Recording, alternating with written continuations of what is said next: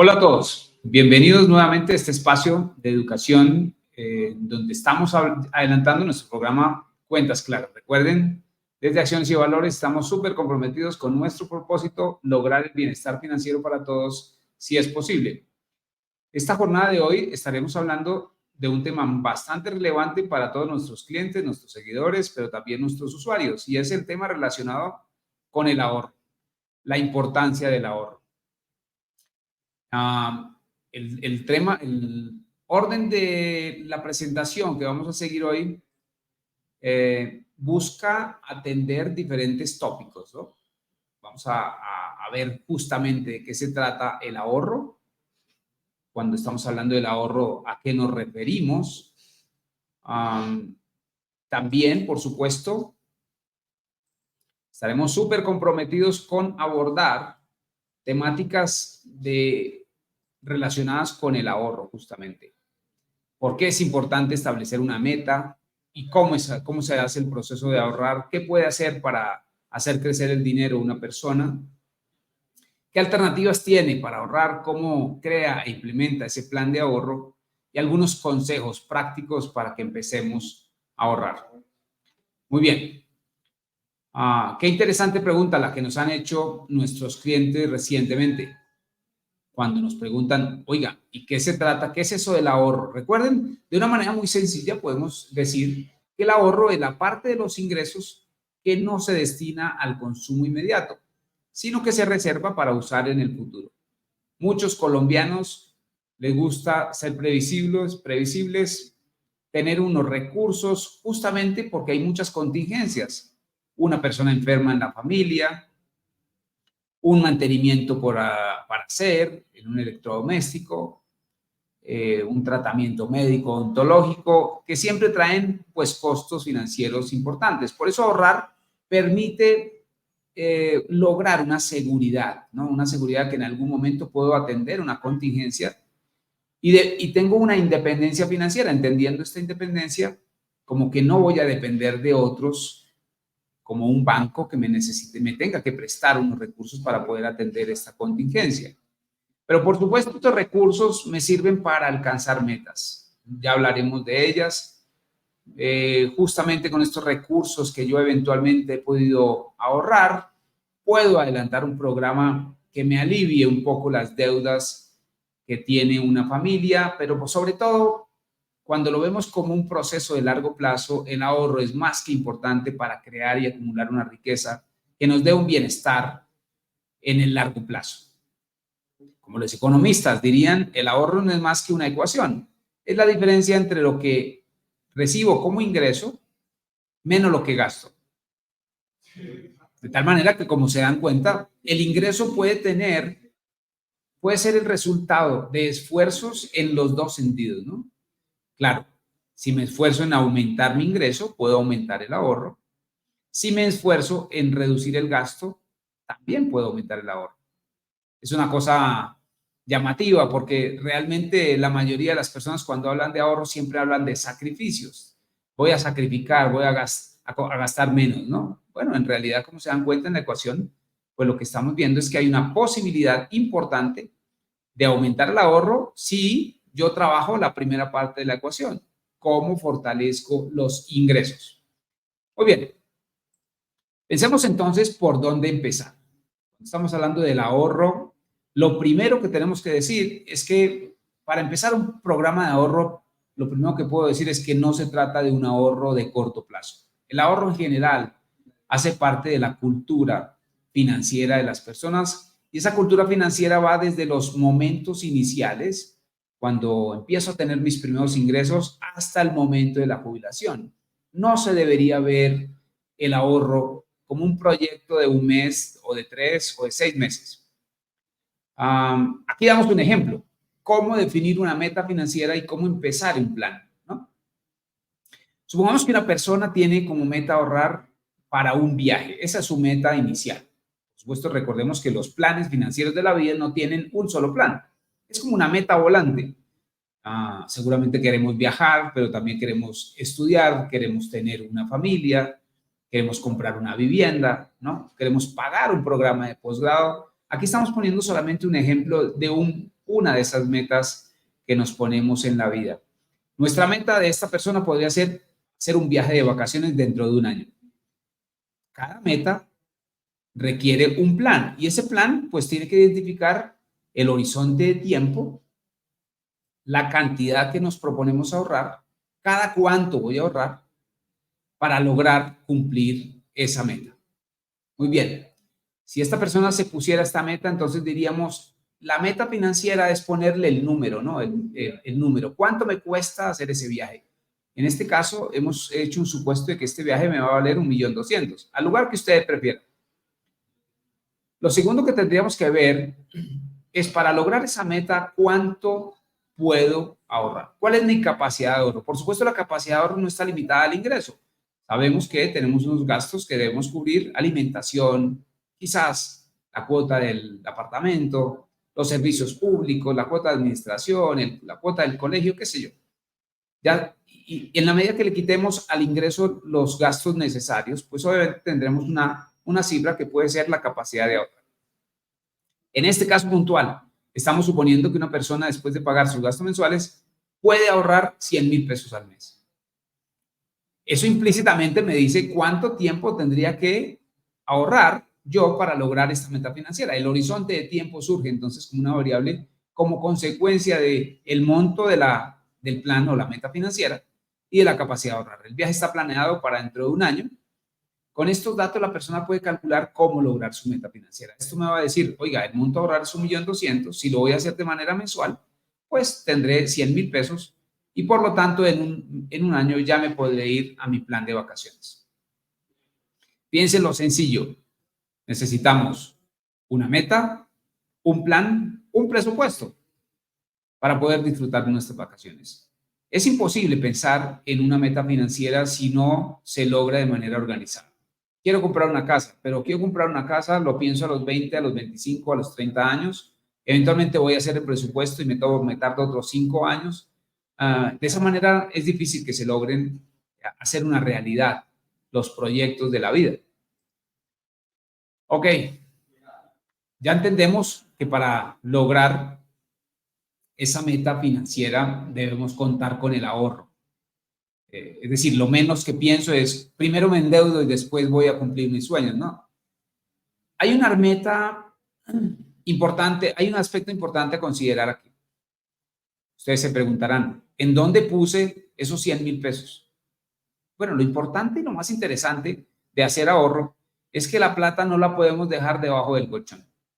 No podemos dejar expuesto esos recursos que nos han costado tanto conseguirlos sin generar una rentabilidad. Por eso, normalmente las personas eligen un camino, un servicio generalmente financiero, no tendría que ser así, pero generalmente financiero, en donde yo deposite esos recursos, eventualmente no los voy a tocar durante ese año y eventualmente, por tenerlos ahí en un servicio financiero, yo podría ganar una tasa de interés.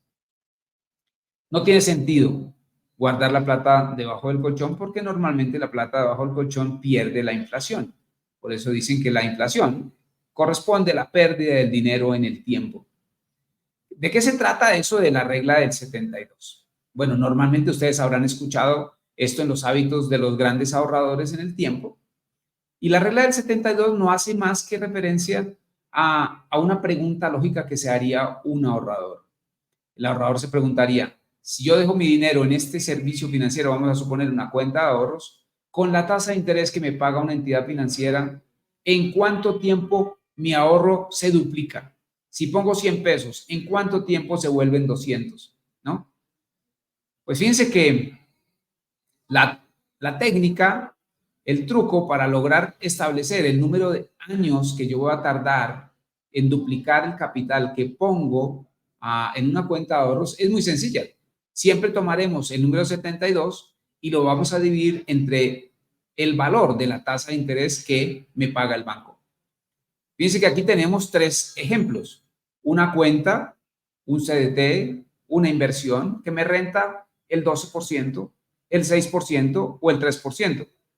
En la primera opción, cuando yo invierto mis recursos que he ahorrado a una tasa del 12%, eventualmente, al dividir 72 dividido entre 12, encuentro que mi capital se va a duplicar más o menos aproximadamente en 6 años.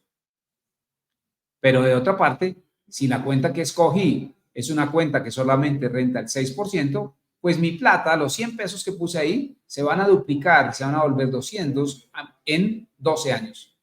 Ahora bien, si yo escogí una cuenta que apenas paga un 3%, pues eventualmente mi capital se duplicará en 24 años. Mire qué mensaje el que nos deja esta slide. Páguese usted primero. Normalmente la teoría de los grandes expertos en finanzas personales sugieren acumular ese ahorro primero, antes de gastar. Recibimos el ingreso proveniente del salario, la renta proveniente, vamos a decir, de un arrendamiento de un inmueble, los intereses que recibo de una inversión, los dividendos que recibo de unas acciones. Esos recursos provenientes del trabajo, de las rentas o de la inversión, lo debo destinar primero al ahorro y luego a los gastos. Eso es lo que sugieren los expertos en finanzas. Espero que haya quedado claro y que la gente pueda implementar de ahora en adelante la regla del 72 para saber en su producto que usted escogió cuánto tiempo tardará para duplicar el capital. Duplicar el capital es una meta sencilla que podría tener algún ahorrador de largo plazo. Muy bien. Veamos qué interesante algunos consejos que podemos obtener de los grandes expertos en finanzas. Algo que parece muy sencillo, pero que la verdad no lo es que lo primero que debemos hacer antes de empezar a ahorrar es lograr un cambio de mentalidad al usar el dinero. Cambio de mentalidad al usar el dinero. Ustedes se preguntarán, bueno, ¿y qué es eso? ¿Cómo logro cambiar de mentalidad para usar el dinero? Para los expertos en finanzas, hay algunos comportamientos que eventualmente nos dicen qué opinamos nosotros del dinero. Los expertos en finanzas dicen que eventualmente las personas que se esfuerzan por ahorrar valoran mucho los recursos que obtienen eventualmente con su trabajo. Y por ende, cuando reconocen el valor de ese dinero que han logrado con mucho sacrificio, lo gastan con mucho cuidado, lo ahorran, lo tratan de preservar, lo tratan de acumular para en el largo plazo tener un bienestar financiero. Es como si alguien dijera que si los recursos que yo me gano después de trabajar un periodo de tiempo determinado, no los valorara y como no los valoro, los gasto y los despilfarro en cualquier cosa, en cosas que no necesito. Ese cambio de mentalidad implica muchas cosas. Lo primero, valorar el dinero. Pero lo segundo, gastarlo de manera responsable. ¿Qué quiere decir gastarlo de manera responsable? Bueno, normalmente gastarlo de manera responsable significa tener un presupuesto de los gastos que tengo todos los meses y hacer disciplinadamente los pagos de estos gastos. No hacer compras impulsivas. Estar en una búsqueda permanente de descuentos. Comparar los precios de los activos que yo compro o un par de zapatos, ¿no? Una camisa, un buen bolso. Primero consulto en diferentes tiendas, veo cuáles son los posibles precios y trato de pagar el mejor precio. El mejor precio no es el más alto, es el mejor, es el precio más bajo en donde me den la misma calidad, ¿no? Muchas veces nos sorprendemos cuando estamos comparando un activo en diferentes lugares y nos damos cuenta que podemos comprarlo en diferentes lugares, pero en algunos casos con un descuento bastante importante. En esta práctica de los descuentos, quizás las personas en países desarrollados nos llevan mucha ventaja. Ha habido una cultura de los cupones. Muchas empresas ofrecen un cupón. Si usted compra en esta compañía un seguro de su vehículo, por ejemplo, le podríamos dar como beneficio una revisión a su vehículo durante el año. Le podemos regalar una tanqueada al carro. Las personas las que están normalmente desarrollando un programa de ahorro, se vuelven buscadores de oportunidades. A eso se refiere el cambio de mentalidad. El cambio de mentalidad es, oiga, vamos a hacer rendir más nuestro dinero. Entre más dinero pongamos en esa cuenta en donde estoy ahorrando, más intereses voy a recibir. Y en la medida que lo haga de manera frecuente, las rentas empezarán a generarse en un nuevo ingreso. Muy bien. En otros consejos súper prácticos, todo el mundo sabe, y en esta coyuntura que vive el país por esta época, estamos tratando en nuestros hogares de reducir el consumo de los servicios públicos. Estamos hablando de cómo consumimos menos agua, cómo pagamos menos servicios de energía eléctrica, cómo optimizamos el uso del gas, ¿no? Cómo disponemos bien los tiempos para ir a la ducha, cómo utilizamos eventualmente una olla a presión que eventualmente consume menos gas para lograr la comida en nuestros hogares. Cuando estamos hablando de consumo de servicios, eventualmente también decimos, oiga, ya consulté yo cuánto me está cobrando mi empresa que me presta el servicio de telefonía celular. Eventualmente otros competidores me ofrecerían el mismo servicio con un precio más bajo. Lo que hemos visto a lo largo de los últimos años en particular en ese tema es que los costos de estos programas de telefonía móvil, de televisión en los hogares ha venido reduciéndose. A veces nos parece un poco engorroso el proceso de cambiarnos de un operador a otro, pero eventualmente las personas que lo están consultando permanentemente encuentran no solamente programas de beneficio, descuentos, sino también obviamente un ahorro importante en el tiempo. Cuando mencionamos adoptar hábitos saludables, pues se trata básicamente de cuidar la salud, ¿no? Cuidar la salud de nuestras parejas, de nuestros hijos, de nuestros padres y eventualmente utilizamos la medicina preventiva, ¿no? Revisamos nuestras dietas, buscamos evaluar qué es lo que estamos consumiendo todo el tiempo, compramos estos productos de alta calidad en las plazas de mercado. Colombia en particular tiene unos muy buenos centros de abastecimiento de alimentos y eventualmente en estos lugares encontramos mejores precios que en otras tiendas generalmente. Tener hábitos saludables significa preocuparse por nuestra visión, hacer una revisión permanente, por nuestra dentadura, eventualmente un mal cuidado de nuestra higiene bucal termina en grandes tratamientos que generalmente son bastante onerosos. Adoptar hábitos saludables significa preocuparse por dormir bien, por no tener estrés. Todo esto termina en enfermedades que generalmente son costosas. Con las medicinas, eventualmente, como están en el mundo un poco más caras, se termina convirtiendo en unas contingencias que drenan el ingreso, a veces generan deudas y por lo tanto impiden una cultura de ahorro. Se ha hablado mucho en las grandes capitales del mundo, no solamente en Bogotá, Medellín o Cali, que la gente debería racionalizar el gasto en transporte. ¿Cómo logramos un grupo de amigos que puedan utilizar un solo vehículo? ¿Cómo programamos las rutas de transporte de tal manera que hacemos eficiente el uso del combustible? ¿Cómo eventualmente algunas personas podrían incluso comprarse una bicicleta para ir al trabajo?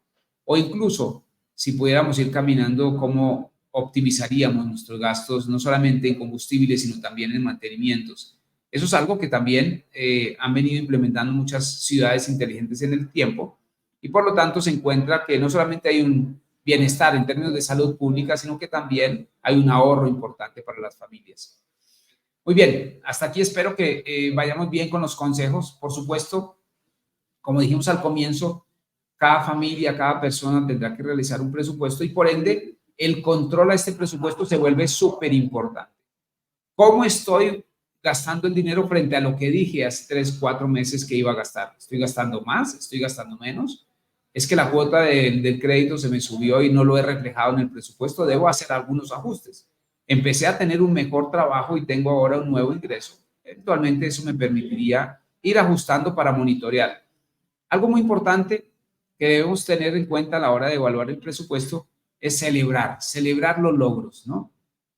Muchas veces lo hacemos con disciplina, pero no somos conscientes de nuestros esfuerzos y por ende hay que reservar algunos recursos pequeños para celebrar cómo hemos sido disciplinados en el tiempo y acumulamos ese ahorro. Pero por supuesto, en ese cambio de mentalidad, fíjense que decíamos al comienzo, lo más importante para las familias debería ser priorizar el ahorro. Normalmente el argumento de las personas es, no tengo los ingresos suficientes y por lo tanto no voy a tener ahorro, no pienso en el ahorro como algo posible y por ende no lo priorizo. Y en la medida que no lo tengo como un objetivo de corto plazo, nunca lo voy a hacer. Pero ojo, el ahorro puede arrancar con 5,000, con 10,000, con 20,000, 50,000 pesos. Cada familia, cada persona tiene una realidad diferente y por ende cada persona puede decidir cuál es el monto de los recursos que puede empezar a acumular. En este siguiente slide tenemos un análisis muy importante que nos habla del fondo de emergencia, ¿no? Una cosa es ahorrar, pero dentro del monto total ahorrado es posible destinar unos recursos para tener un fondo de emergencia. Recuerden que los imprevistos siempre vienen sin previo aviso. La pérdida de un familiar, un tratamiento médico inesperado, un viaje de urgencia que tenemos que salir a atender una situación urgente, implica tener unos recursos. Y por ende, los expertos en finanzas personales recomiendan que todas las personas, todas las familias tengan ese fondo, por lo menos planeen ese fondo y tengan esos recursos para responder ante una eventualidad donde a veces las contingencias vienen en el peor momento, cuando las familias no tienen un solo centavo en sus ahorros y eventualmente una situación podría generar una gran tragedia. Una venta inesperada de nuestros activos que terminan dañando la riqueza de las familias. Bien, aquí mencionamos solamente algunos de esos gastos inesperados. Por ejemplo, la pérdida de empleo.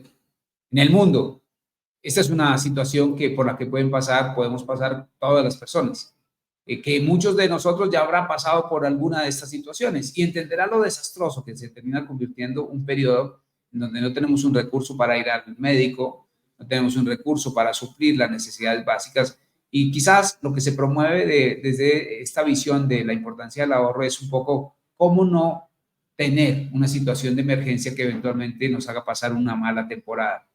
Enfermedades graves nadie quisiera tener, pero por supuesto le ocurre a nuestros familiares, le ocurre a nuestros amigos y eventualmente nos puede ocurrir a nosotros, de tal manera que a veces no tener un servicio de salud que cubra este tipo de enfermedades podría ser realmente preocupante. Con estos cambios climáticos que hemos visto en el planeta entero, pues a veces vienen las reparaciones que no teníamos en el presupuesto en el hogar. Es importante tener ese fondo de emergencia. Aquí los expertos en finanzas sugieren lo siguiente. Piense que tenemos una gráfica y dice cuántos meses se tarda una persona en volver a conseguir un trabajo cuando ha sido despedido. Y por ende, en la medida que las personas enfrenten ese desafío, eventualmente deberían tener unos recursos guardados. Desde esa perspectiva de las finanzas personales, entonces los teóricos nos dicen, mire, una persona que esté entre los 20 y 25 años debería tener ahorrado al menos el valor de sus gastos de un mes. ¿Y por qué un mes? Porque una persona joven eventualmente, teóricamente, podría tardar menos tiempo en conseguir un trabajo. Pero fíjense cómo a medida que avanza la edad, a medida que avanzan las responsabilidades, es decir, a medida que una persona ya no tiene 20, 25, sino que tiene 35, es posible que ya tenga que pagar una renta, hacer un mercado, pagar servicios públicos, pero quizás si tiene 40, pues eventualmente no solamente tiene estos gastos, sino que además tiene un hijo y eventualmente tiene que responder por llevarlo al colegio, al jardín. Ahora que si tiene 45 es muy seguro que eventualmente ya tenga que llevar a su hijo a la universidad y si estamos a los 50, pues eventualmente no solamente nos vamos a tardar más tiempo en conseguir un trabajo, sino que eventualmente estoy más cerca de la jubilación. Por eso la teoría de los expertos en finanzas dicen, oiga, si tengo más o menos 50 años, solamente el fondo de emergencia debería más o menos tener el valor aproximado de los gastos que yo voy a incurrir en los próximos 7 meses. Es una teoría. Cada situación, cada persona tiene una formación, un trabajo, un sector diferente, pero independientemente de los números, lo importante es que nos hagamos conscientes de que deberíamos tener un fondo de emergencia para atender esos imprevistos que normalmente siempre vendrán a tocar a la puerta desde las finanzas en las familias. Muy bien. Otra recomendación que podemos hacer en general es que las personas tengan una herramienta que le permita ayudar en el proceso de ahorrar. Para eso, en el avance tecnológico, el avance en el tiempo, hemos visto cómo muchas herramientas digitales se están al alcance de las personas. Hoy en día, la mayoría de las personas en el planeta podrían tener un teléfono celular y por ende podríamos bajar una aplicación. Esa aplicación tiene muchas ventajas. La aplicación en un celular podría permitirnos registrar casi que en tiempo real todos los gastos que vamos haciendo y nos permite clasificarlos. Este es un gasto de educación, este es un gasto de salud, este es un gasto de servicios públicos, este es un gasto de la cuota del crédito del vehículo, este es un gasto del seguro. En la medida que yo lo pueda registrar rápidamente, pues eventualmente tengo mi presupuesto actualizado y eventualmente voy a tener un monitoreo casi que en tiempo real. También muchas de estas aplicaciones le ofrecen a usted la posibilidad de poner ahí la meta de ahorro y en la medida que tenga la meta de ahorro, eventualmente me van mostrando el progreso. Es una forma de alentarnos a decir, lo va logrando, ya casi alcanzamos la meta y por ende la motivación no se pierde. Lamentablemente, muchas personas a la hora de ahorrar pierden el esfuerzo cuando se ven desmotivados, cuando alguna de las cosas ocurre y un contratiempo nos limita esa capacidad de mantener el esfuerzo de seguir ahorrando. Recuerden que tanto los objetivos de corto como de largo plazo requieren el enfoque, la decisión, la persistencia de las familias, ¿no? Estas aplicaciones, muchas de ellas, le permiten a usted poner una alerta, recordarme que hoy tengo que hacer un pago. Es lamentable cómo muchas personas eventualmente tienen los recursos en su cuenta de ahorros, pero se les vence el plazo de pagar el impuesto y eventualmente por no pagar el impuesto a tiempo, no solamente pierden el descuento, sino que eventualmente podrían incluso incurrir en un pago de una mora. Olvídense del impuesto, pero piensen solamente en la factura del servicio celular. Eventualmente muchos jóvenes, solamente por no tener una aplicación donde les recuerde que hoy es el día del pago, pues simplemente pagan 10 días tarde, 20 días tarde y eventualmente eso le trae unos cargos adicionales por intereses, por pagos atrasados. Las familias les ocurre mucho que eventualmente se les olvidó pagar la administración de su vivienda y por ende terminan pagando unos costos adicionales. Por eso las herramientas, decimos, las herramientas digitales son útiles a la hora de alertarnos y recordarnos nuestros compromisos. Estas herramientas también permiten analizar las tendencias, ¿no? Nos dicen, oiga, usted normalmente los fines de semana termina incrementando los gastos en restaurantes, en esparcimiento, ¿no? Y por ende nos hace ser más conscientes de lo que puede venir. Eventualmente esas tendencias son importantes. Cada día estoy gastando menos en transporte. Buenísimo. Es que tengo un vehículo eléctrico. Es que compré una bicicleta y eventualmente eso me ayuda a evaluar mis avances también en el tiempo. Lo otro importante es que no dependo de tener el presupuesto en mi cuaderno, ese cuaderno que muchas familias llevan en la casa. Pero eventualmente si estamos una semana fuera, pues nos olvidamos del presupuesto y una vez se desactualizó, ya me vuelve ya no me da pereza volver a actualizarlo, ¿no? Si tengo mi aplicativo, eventualmente podemos mantener actualizada la información y hacerle un seguimiento en tiempo real. Algunas de ellas las ponemos ahí, no nos comprometemos con ninguna, incluso muchos bancos colombianos ofrecen ya a sus clientes ese tipo de herramientas para ser importantes en el tema del ahorro, motivar el ahorro, ¿no? Les sugerimos que eventualmente puedan utilizar algunas de ellas. Bien, como dijimos al comienzo, el cambio de mentalidad es importante y por eso recalcamos un poco el cambio de actitud de las personas. Ya dijimos que es valorar el dinero, ¿no? Este dinero me lo merezco, este dinero que obtuve en mi trabajo me lo gané con esfuerzo, por lo tanto lo voy a gastar responsablemente. Algunos que consideran que como que no me lo merezco y por lo tanto lo despilfarro. Bien, el cambio de mentalidad implica tomar actitudes que son perfectamente válidas. Pedir descuento, pedir rebaja, regatear, es lo mismo. Cuando estoy haciendo una transacción, independientemente del lugar donde estoy comprando, es válido pedir un descuento, ¿no? Muchas veces los descuentos no se dan simplemente porque las personas no lo piden. Algunas personas consideran que pedir descuento es como agredir al vendedor, es como quitarle el precio justo al oferente del producto y eventualmente es una práctica comercial más que habitual. Algunos dicen con carácter jocoso que toca volverse un árabe, volverse un paisa, porque son personas que eventualmente, volverse un turco, dicen por ahí, son personas que eventualmente dentro de su cultura de compra siempre va a ir primero la solicitud del descuento. Bueno, deberíamos aprenderlo, implementarlo. A veces se sorprenderán el tamaño de los descuentos que van a lograr. Cuando decimos promover la reutilización y el reciclaje, es que muchas familias eventualmente compraron una compota, venía un frasco de vidrio y eventualmente no lo botamos a la caneca, sino que eventualmente lo lavamos y lo utilizamos nuevamente para almacenar unas aromáticas, los dulces en la casa. Y eso es una forma de no gastar más adelante en ese tipo de bienes. Reciclar se termina convirtiendo en una práctica más que amigable con el medio ambiente en el tiempo, que se vuelve una práctica verdaderamente útil. Usar métodos de pago inteligentes, ¿no? Es decir, cómo pago anticipadamente y obtengo un descuento. Cómo pago con la tarjeta de crédito y eventualmente lo hago a una cuota de tal manera que no pague intereses. Utilizar método de pago inteligente significa consultar implícitamente cuánto me cobra la entidad financiera por hacer un depósito o un traslado desde mi cuenta a la cuenta del vendedor del servicio, a la cuenta del señor del restaurante que me está vendiendo el almuerzo. ¿Cuánto me cuesta eso?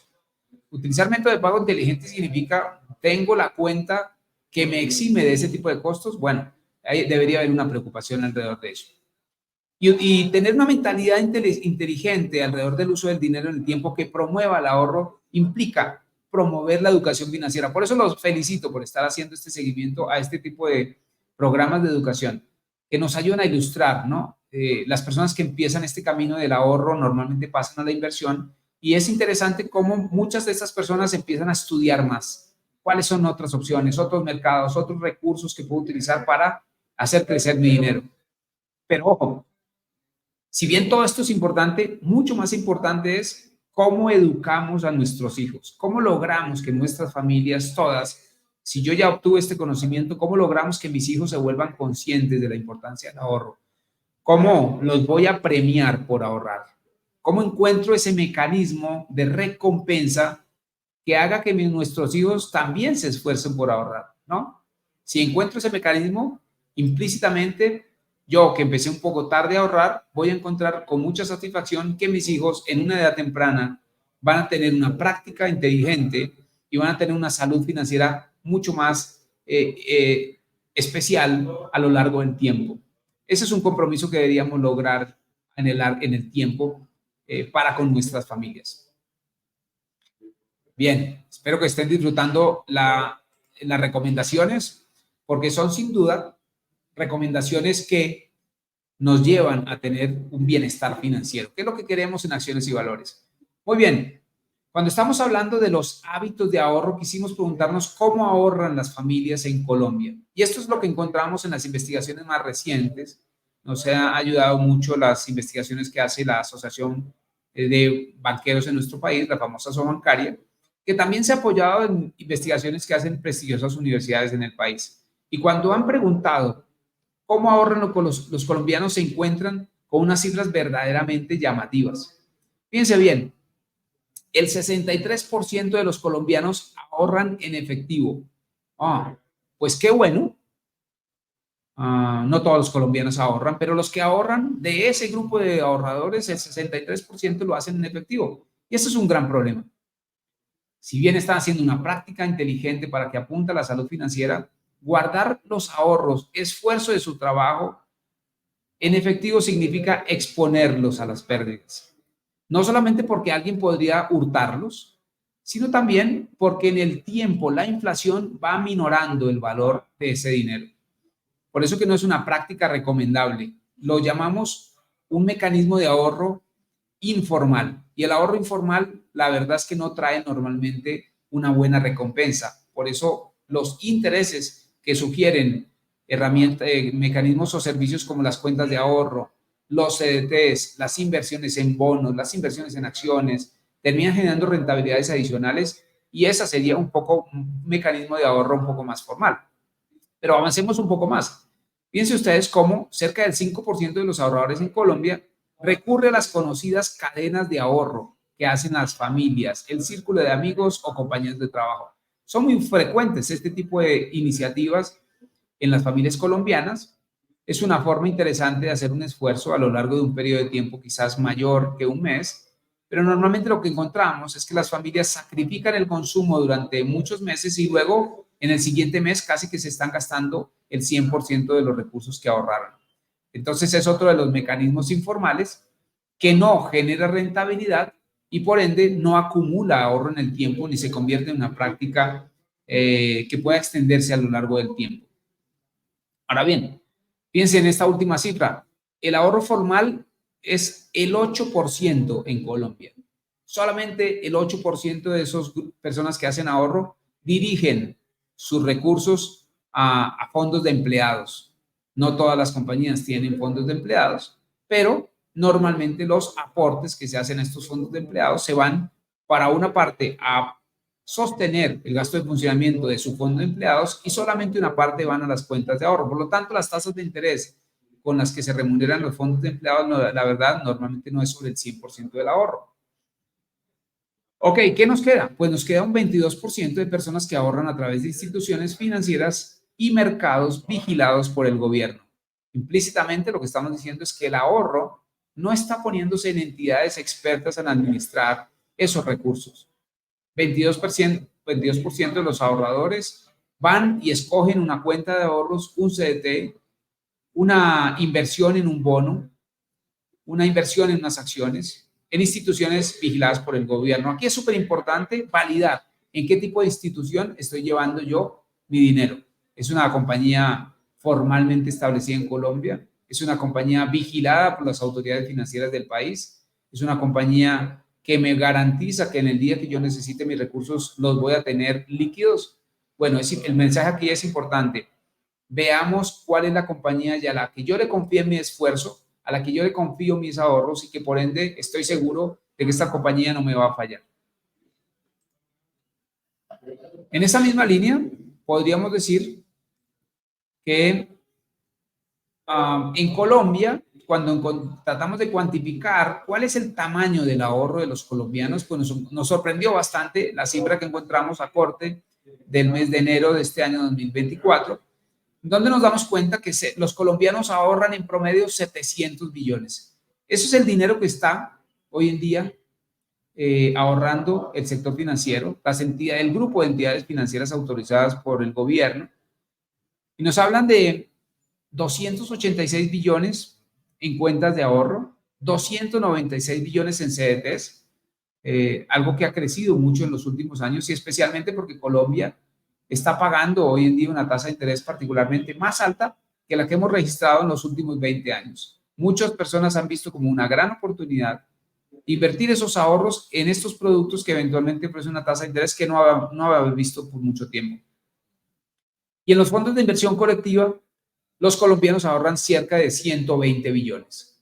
Estamos diciendo que hay algunos de esos ahorradores que son un poquito más arriesgados y por ende normalmente hacen la transición obligada en el momento del crecimiento en la educación financiera. Muchos de los ahorradores pasarán y darán el paso a convertirse en inversionistas.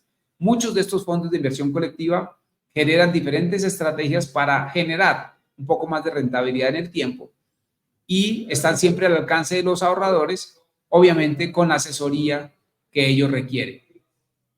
Importante que los colombianos entiendan entonces cuáles son los mecanismos que existen para ahorrar, cuáles son los productos en los que puede acceder al sector financiero, de tal manera que lo hagan de una manera formal, prudente, que logren ser disciplinados en el tiempo y acumular un capital que beneficie la riqueza de las familias para ofrecernos esa independencia financiera, pero también ese bienestar de tener unos recursos que me permitirán atender las contingencias que pueden llegarse a presentar en el tiempo.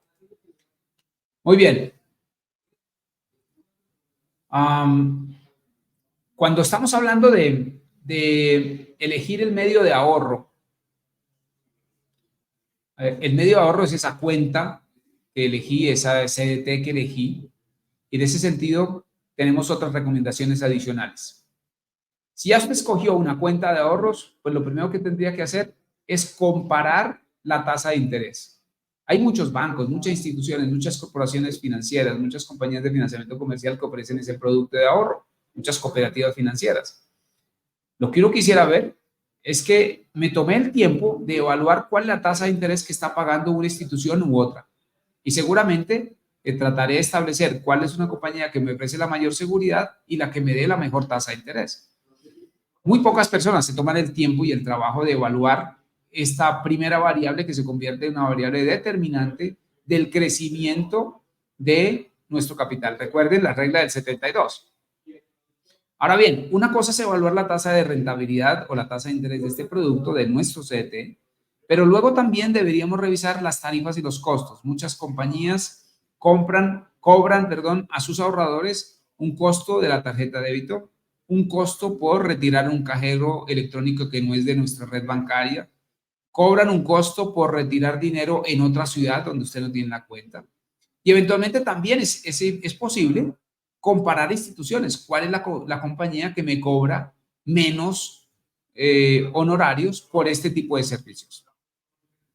A veces también, por supuesto, las instituciones se reservan el derecho de abrir una cuenta dependiendo del saldo que yo voy a, o el tamaño de los recursos que le voy a llevar a esa cuenta de ahorros a CCDT.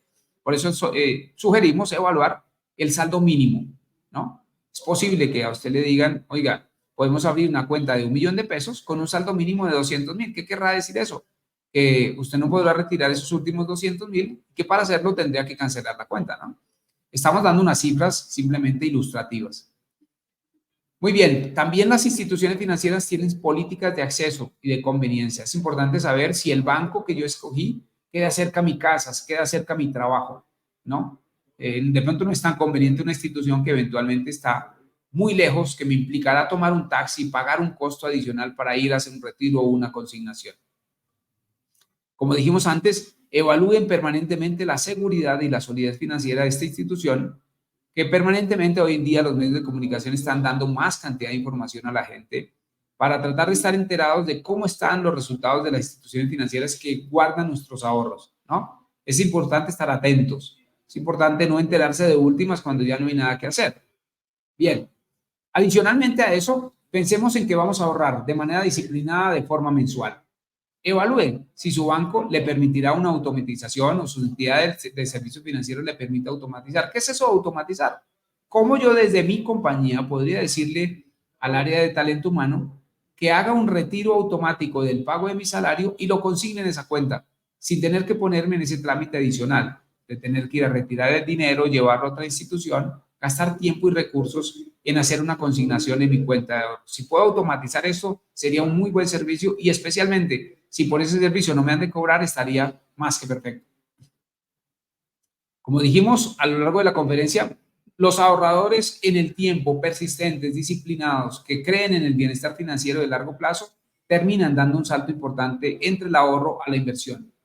Y por ende, cuando tenemos un recurso, unos dineros suficientes para empezar a pensar en las alternativas de inversión, será el momento de contener un asesor que nos ayude a decir cuáles son las alternativas de inversión que tengo de menor riesgo, de rentabilidades adecuadas y que, por supuesto, mejoren la rentabilidad que me ofrecen las tradicionales cuentas de ahorro o quizás los CDTs. Por eso les dejamos aquí un link en donde puede consultar permanentemente en la página de la Superintendencia Financiera de Colombia esa relación de todas las instituciones financieras que ofrecen productos financieros y que nos dicen cuáles son los costos que están cobrando permanentemente. También dejamos acá un link que le permitirá a usted consultar las rentabilidades que ofrecen los fondos de inversión colectiva, y por ahí podría empezar a identificar posibles alternativas de instituciones que podrían recibir sus recursos para seguirlos haciendo crecer en el tiempo, que es la recompensa que buscamos siempre en el largo plazo. Muy bien, eso es todo por ahora. Esperamos que haya sido de mucha utilidad para ustedes, pero sobre todo, independientemente de que sea de utilidad, puedan dar el siguiente paso para empezar el camino del ahorro. Eso es todo por ahora. Nos veremos la próxima.